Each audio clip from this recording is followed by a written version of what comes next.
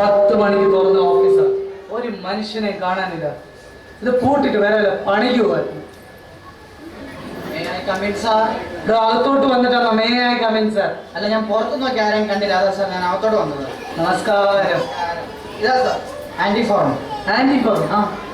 Anti ഫോറം എന്ന് പറഞ്ഞാൽ ഒരു വയറിളകുന്ന മരുന്നിന്റെ പേര്. അയ്യോ, ഇത് അതല്ല സാർ. പിന്നെ ഞാൻ ഇങ്ങോട്ട് വന്നപ്പോൾ അപ്പുറത്ത് ഒരു ആന്റി ഒരു ഫോറം തന്നു, അത് സാറിനെ കൊണ്ട് തരാൻ പറ്റും. അതാ സാർ ഈ ആന്റി ഫോറം. പക്ഷേ ഇതാണോ ആന്റി ഫോറം? അതെ സാർ. തനിക്ക് ജോലി കിട്ടാൻ ആഗ്രഹമുള്ളതുകൊണ്ടല്ലേ ഞാൻ ഇങ്ങോട്ട് വന്നത്? എന്റെ പൊന്നു സാറേ, എനിക്ക് എങ്ങനെയെങ്കിലും ഒരു ജോലി ഒപ്പിച്ചു തരണം. തനിക്ക് ജനറൽ നോളജ് ഉണ്ടെന്ന് ഞാൻ ഒന്ന് ചെക്ക് ചെയ്യട്ടെ. അതൊക്കെ എനിക്കുണ്ട്, അങ്ങനത്തെ സാർ വിചാരിക്കണ്ട, അതൊക്കെ എനിക്കുണ്ട്. നമുക്കൊന്ന് ചെക്ക് ചെയ്ത് കളയാം. ഓക്കെ. എന്താ തന്റെ പേര്? പൗലോസ്. ഓ പൗലോസ്. ഓ പൗലോസ് അല്ല, പി പൗലോസ്, പാട്ടത്തിൽ പൗലോസ്. വീട്ടിൽ എത്ര പേരുണ്ട്? വീട്ടിൽ ഈ ഒരു പേര് പൗലോസ്. വീട്ടിൽ എത്ര മെമ്പർമാരുണ്ട്?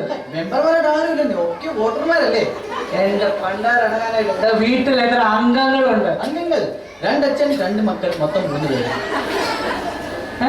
2 അച്ഛൻ 2 മക്കൾ, മൊത്തം 3 പേര്. 2 അച്ഛൻ 2 മക്കൾ, മൊത്തം 4 പേരല്ലേ? 3 പേരേ ഉള്ളൂ. അപ്പൊ ഈ 2 അച്ഛൻ എന്ന് പറഞ്ഞതോ? ഒരച്ഛനാണ് എന്റെ അച്ഛൻ, ആ പിന്നെ എന്റെ മോന്റെ അച്ഛനാണല്ലോ ഞാൻ. അപ്പൊ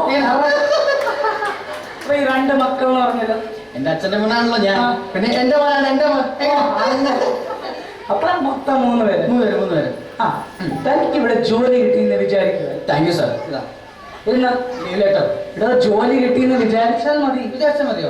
എന്നാൽ ലീവ് ലെറ്ററും തന്നു വിചാരിച്ചാൽ മതി. ഓക്കെ. അന്നേ തനിക്ക് ആദ്യത്തെ മാസം താൻ ജോലി ചെയ്ത് കഴിയുമ്പോൾ തനിക്ക് ഞാൻ ഒരു 500 രൂപ ശമ്പളമായിട്ട് തരും. 500 രൂപയോ? 500 രൂപ. ഈ 500 രൂപയോട് ഞാൻ ഈ കാലഘട്ടത്തിൽ എങ്ങനെ ജീവിക്കുന്നോടി പറഞ്ഞതാ. 500 രൂപ ഇപ്പം താൻ 2ാമത്തെ മാസം ജോലി ചെയ്ത് കഴിയുമ്പോൾ തനിക്ക് താൻ ഏബിൾ ആണ് എനിക്ക് മനസ്സിലായി. അങ്ങനെ പറയരുത്, അങ്ങനെ പറയരുത്. ഞാൻ അത്രക്കാരനല്ല. താൻ ഏബിൾ ആണ്. ഞാൻ അത്രക്കാരനല്ല. എന്റെ മേത്തെ തൊലി കൂടുതൽ. താൻ ഏബിൾ ആണ്. ഞാൻ അത്രക്കാരനല്ല. നിർത്തണോ? ഞാൻ ഏബിൾ എന്ന് ഉദ്ദേശിച്ചത് സമർത്ഥൻ. അങ്ങനെയായിരുന്നു. പിന്നെ താൻ എന്നാ ഉദ്ദേശിച്ചത്? താൻ സമർത്ഥനാണെന്ന് എനിക്ക് മനസ്സിലായാൽ തനിക്ക് 2ാമത്തെ മാസം ഒരു 1000 rupees സാലറി. 300 രൂപ? 1000 രൂപ. പിന്നെ 3ാമത്തെ മാസം താൻ കുറച്ചുകൂടി ഏബിളാണെന്ന് എനിക്ക് മനസ്സിലായത് തനിക്ക് ഞാൻ ഒരു 1500 രൂപ ശമ്പളം തരും. ആദ്യത്തെ മാസം എനിക്ക് 500 രൂപ ശമ്പളം തരും. 2ാം ദിവസം ഞാൻ കേബിൾ ആണെന്ന് തോന്നിയാൽ എനിക്ക് 1500 രൂപ ശമ്പളം തരും. അപ്പൊ 3ാം ദിവസം ഞാൻ ഈ പറഞ്ഞ ഇതാണെങ്കിൽ എനിക്ക് 1500 രൂപ ശമ്പളം തരും. ഉറപ്പാന്നേ? ഉറപ്പാണ്. പറ്റിക്കില്ലല്ലോ? പറ്റിക്കില്ല. കൈ കൂടെ ഞാൻ 3 മാസം കഴിഞ്ഞ് വരും സാർ. 1500 രൂപ എടുത്ത് 3 മാസം കഴിഞ്ഞ് 1500 രൂപ അടിച്ചുകൊണ്ട് വന്നു. ഞാൻ ചോദിക്കുന്ന ചോദ്യങ്ങൾക്ക് ഉത്തരം പറഞ്ഞാലേ തനിക്ക് ഇതൊക്കെ ഞാൻ തരും. ചോദിച്ചു. മഹാകവി കുമാരനാശാന്റെ വീണ പോയത് ആരാണ്? മഹാകവി കുമാരനാശാന്റെ വീണ പോയത് ആരാണ്? മഹാകവി കുമാരനാശാന്റെ വീണ എഴുതിയത് രവീന്ദ്രനാഥ് ടാഗോർ. വളരെ കറക്റ്റ്. Thank you sir. 2ാമത്തെ ചോദ്യം. കൊക്ക് ഒറ്റക്കാലിൽ നിൽക്കുന്ന മീൻ പിടിക്കുമ്പോൾ. കൊക്ക് ഒറ്റക്കാലിൽ നിൽക്കുന്ന മീൻ പിടിക്കുമ്പോൾ അപ്പൊ മനുഷ്യൻ ഒറ്റക്കാലി എപ്പോഴാണ് നിൽക്കുന്നത്?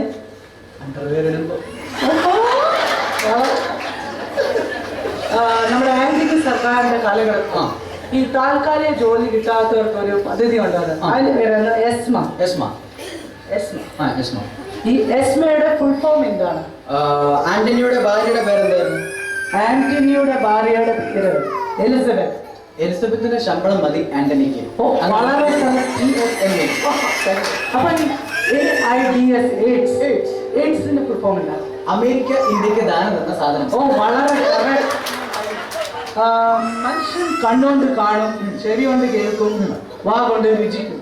അപ്പം പൂക്കൾ കൊണ്ട് ഇതിന്റെ ഒരു ഉപയോഗം പേപ്പട്ടി കഴിച്ച കുത്തി കഴിക്കാം.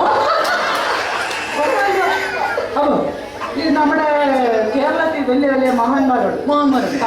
ഈ മഹാന്മാരിൽ ഒരാളാണ് നമ്മുടെ യേശുദാസ്. പാട്ടുകാരൻ. അപ്പൊ ഈ യേശുദാസ് ഞാൻ തന്നെ എങ്ങനെയാണെന്ന് തനിക്കറിയോ? ഇല്ല. എങ്ങനെ? ഞങ്ങൾ തന്നെ എടാ പോടാ ബന്ധം. യേശുദാസിനെ എടാ എന്ന് വിളിച്ചാൽ താൻ ഇറങ്ങി പോടാ എന്ന് പറയാം യേശുദാസ്. യേശുദാസിന്റെ മകൻ വിജയ് യേശുദാസ് താൻ ഈ പാട് കണ്ടോ? ഇല്ല. ഈ പാട് യേശുദാസിന്റെ മകൻ ഇവിടെ ഇരുന്ന് മൂത്രമൊഴിച്ച് വളർന്ന പാടായിരുന്നു. അപ്പൊ ഈ പാട് ഇളയരാജയുടെ മകൻ മൂത്രമൊഴിച്ച് വളർന്ന പാട്. അപ്പൊ സാർ ഈ പുറത്ത് കാണുന്ന പാട് അവിടെ മോഹൻലാലിന്റെ മകൻ മൂത്രമൊഴിച്ച് വളർന്ന പാട്. സാർ എനിക്ക് അറിയാൻ പാടില്ലാതെ ചോദിക്കുക. ഇത്രയും പേര് മൂത്രമൊഴിക്കാൻ സാർ എന്നാ മൂത്രപ്പരയാണോ? അതായത് വിദ്യാഭ്യാസമുള്ള ഒരു മനുഷ്യനാണ്. അപ്പൊ എന്നോട് അതനുസരിച്ചുള്ള ഒരു ചോദ്യം ചോദിക്കണം. മനുഷ്യ എന്നും മഹാന്മാരെ കുറിച്ച് നമ്മൾ പറയുന്നുണ്ട്. എനിക്ക് ഇന്ദിരാഗാന്ധിയെ കുറിച്ച് അറിയോ? ഇന്ദിരാഗാന്ധി ഇല്ല. താൻ ഒരു ഇന്ത്യൻ പൗരനാണ്, തനിക്ക് ഇന്ദിരാഗാന്ധിയെ കുറിച്ച് അറിയത്തില്ല? ഇല്ല. അറ്റ്ലീസ്റ്റ് നമ്മുടെ രാജീവ് ഗാന്ധി അറിയോ? ഇല്ല. ജവഹർലാൽ നെഹ്റു? ഇതൊക്കെ ആരാണ്? മഹാത്മാഗാന്ധിയോ? സാർ ഞാൻ ചോദിച്ചോട്ടെ, സാറിന് റോയ് ചൈൻ അറിയോ? ഇല്ല. മനോജേട്ടനെ അറിയോ? ഇല്ല. സുനിൽ ചൈൻ അറിയോ? ഇതൊക്കെ ആരാ? ഇതാ ഞാൻ പറഞ്ഞ എന്റെ കൂട്ടുകാരെ സാറിനും അറിയത്തില്ല, സാറിന്റെ കൂട്ടുകാരെ എനിക്കും അറിയത്തില്ല. ഓക്കെ സാർ, ഞാൻ ഇത് നമ്മുടെ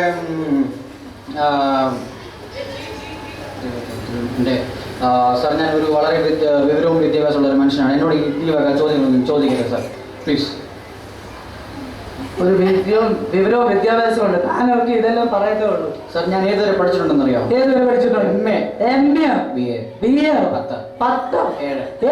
മര്യാദക്ക് പറയടാ. പോയിട്ടില്ല, സത്യം പോയിട്ടില്ല. അതെനിക്ക് കണ്ടപ്പോഴാണ് ഞാൻ മനസ്സിലായത്. സ്കൂളിന്റെ പടി പോലും കണ്ടിട്ടില്ല. സാറേ സ്കൂളിന്റെ പടി കണ്ടിട്ടില്ലല്ലോ, ഞാൻ എൻ്റെ ഒരു സാധനമുണ്ട്. എന്തുകൊണ്ട്? എന്നാല് സെപ്പറേറ്റ് ടിക്കറ്റ്. ഇതിങ്ങനെയല്ല പറയുന്നത്. ഇതാണ് ശ്രദ്ധിച്ച് കേട്ട് പറയണം. ഇതാണ് സെപ്പറേറ്റ് ടിക്കറ്റ്. ഒറ്റ അടി വെച്ച് പറഞ്ഞാൽ ഇതാണ് സെപ്പറേറ്റ് ടിക്കറ്റ്.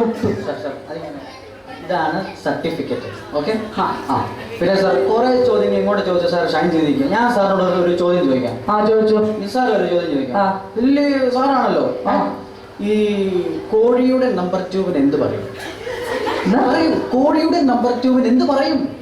ഇത്ര സ്റ്റാൻഡേർഡ് ആയി വന്നിരിക്കുന്ന ആൾക്കാരോട് ചോദിക്കാൻ പറ്റിയ ചോദ്യമാണ്. സമൂഹത്തിൽ നടക്കുന്ന ഒരു കാര്യമാണ്. ഇത് ആർക്ക് വേണമെങ്കിലും പറയാം, ഇത് നടക്കുന്ന കാര്യമാണ്. കോഴിയുടെ നമ്പർ 2 എന്ത് പറയും? കോഴിയുടെ നമ്പർ 2 കോഴിക്കാട്ട്. അങ്ങനെയാണെങ്കിൽ കാക്കയുടെ നമ്പർ 2 എന്ത് പറയും? കാക്കക്കാട്ട് ആണല്ലോ. എങ്കിൽ പട്ടിയുടെ നമ്പർ 2 എന്ത് പറയും? പട്ടിക്കാട്ടം. എന്നാൽ എരുമയുടെ നമ്പർ 2 എന്ത് പറയും? ചാണകം. എന്നാൽ ഉഗാണ്ടയുടെ പ്രസിഡന്റിന്റെ അനിയന്റെ പേരെന്താണ്? പറയൂ. ഉഗാണ്ടയുടെ പ്രസിഡന്റിന്റെ അനിയന്റെ പേരെന്താണ്? പറയൂ. എനിക്ക് അറിയില്ല. ലോകത്തുള്ള സകലമാന കാട്ടത്തിന്റെ പേര് പുള്ളി ബൈഹാർട്ട് ചെയ്ത് വെച്ചിരിക്കുക. നിസ്സാര ഒരു ചോദ്യം ചെയ്താൽ അത് പുള്ളിക്ക് അറിയത്തില്ല. താൻ എന്നോട് വേറെ വല്ലതും ചോദ്യം പറയും. അതിന്റെ ഉത്തരം ഞാൻ പറഞ്ഞു. ഞാൻ ഈ ജോലി രാജിവെച്ചു. ഉറപ്പാണ്? ഉറപ്പാണ്. അനാ സാർ എഴുതിക്കോ. ചോദിക്കാം.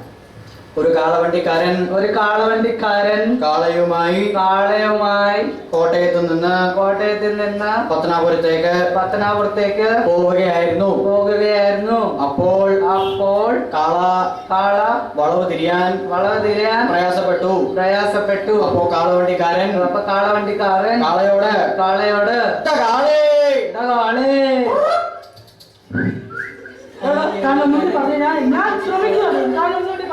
അപ്പോൾ കാളവണ്ടിക്കാരൻ കാളയോട്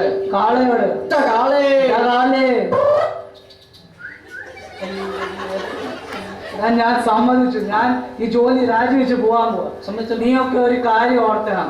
നിന്നൊക്കെ വളർത്തി കഷ്ടപ്പെട്ട് ബുദ്ധിമുട്ടി തെണ്ടിയാണ് ജോലി തരുന്നത്. അത് ഞങ്ങൾക്കറിയാം.